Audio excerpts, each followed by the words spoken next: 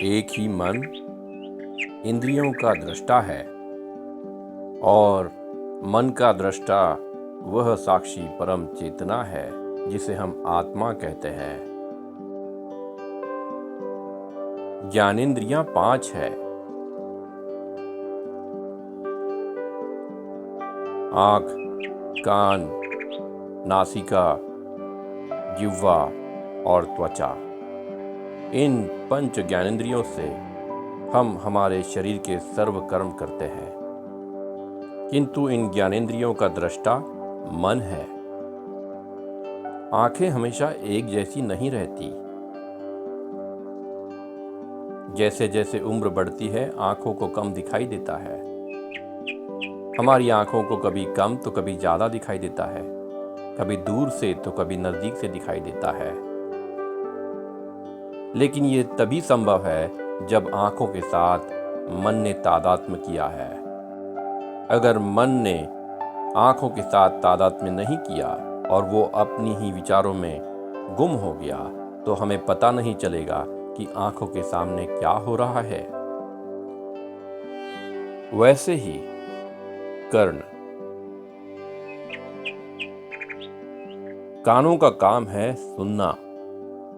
इन्हें शब्द सुनाई देते हैं, संगीत सुनाई देता है, कटु, मधुर, भयंकर, कर्कश इत्यादि। कभी कम सुनाई देता है तो कभी ज्यादा सुनाई देता है, कभी दूर से तो कभी नजदीक से सुनाई देता है। कभी कानों को बिल्कुल सुनाई नहीं देता है। मन का तादात्म्य उसके साथ होना बहुत जरूरी है, क्योंकि मन ही दृष्टा है और आपके कर्ण एक दृश्य है। नासिका का काम है गंध लेना। गंध अनेक तरह की होती है, सुगंध होती है, दुर्गंध होती है। इन सब का ज्ञान नासिका होती है। नासिका के अनेक गुणधर्म हैं, लेकिन इन्हें जानने वाला एकमेव मन है। मन ही दृष्टा है नासिका का। जिह्वा का काम है स्वाद को जानना। स्वाद अनेक प्रकार के होते हैं, कड़वा, मीठा, तीखा इत्यादि। किंतु अगर आपका मन जिह्वा के साथ मिला न हो तो आपको पता नहीं चलेगा कि स्वाद क्या है। त्वचा का धर्म है स्पर्श को जानना। कठोर, कोमल, गरम, ठंडा इत्यादि। किंतु त्वचा के गुणधर्म को जानता है एकमेव मन। मन अगर आपके त्वचा के साथ तादात्म्य न पाए तो आपको स्पर्श का अर्थ नहीं होगा, स्पर्श का ज्ञान नहीं होगा। यानी ज्ञानेंद्रियां 5 है और उनके धर्म अनेक है, किंतु इनको जानने वाला एकमेव मन है। मन के अस्तित्व से ही ज्ञानेंद्रियों का कर्म संभव है।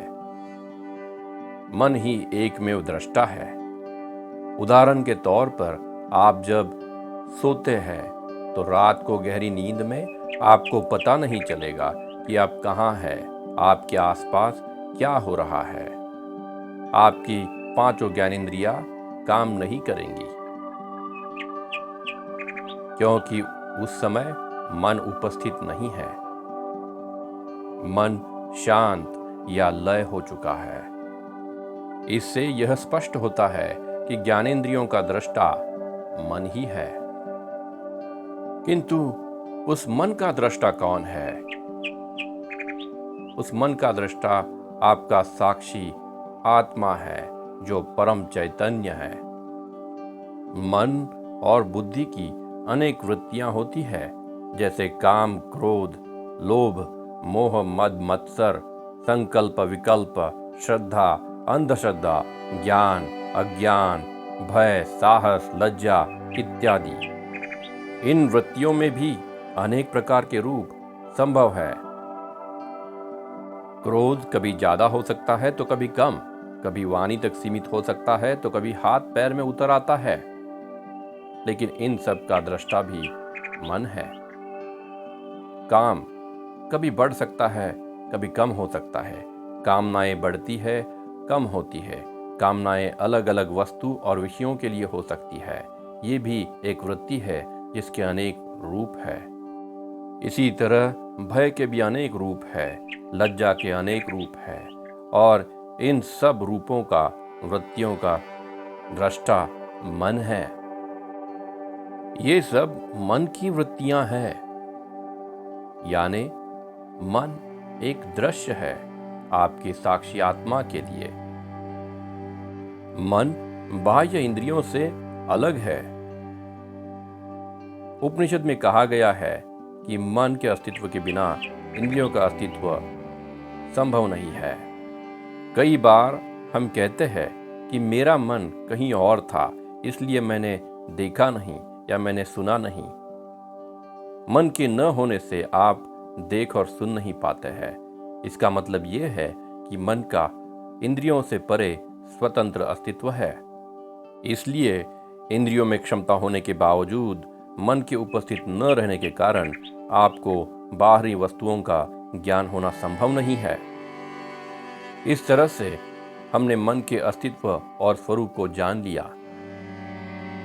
यह मन एक दृश्य है और दृष्टा साक्षी चैतन्य आत्मा है। मन को भी देखने वाला वो चेतन आत्मस्वरूप है जो साक्षी है, जो अनंत है। उस आत्मा को जान लेने के बाद ही मुक्ति संभव है। उस परम आत्मा को जानने के बाद ही दुखों का अंत संभव है।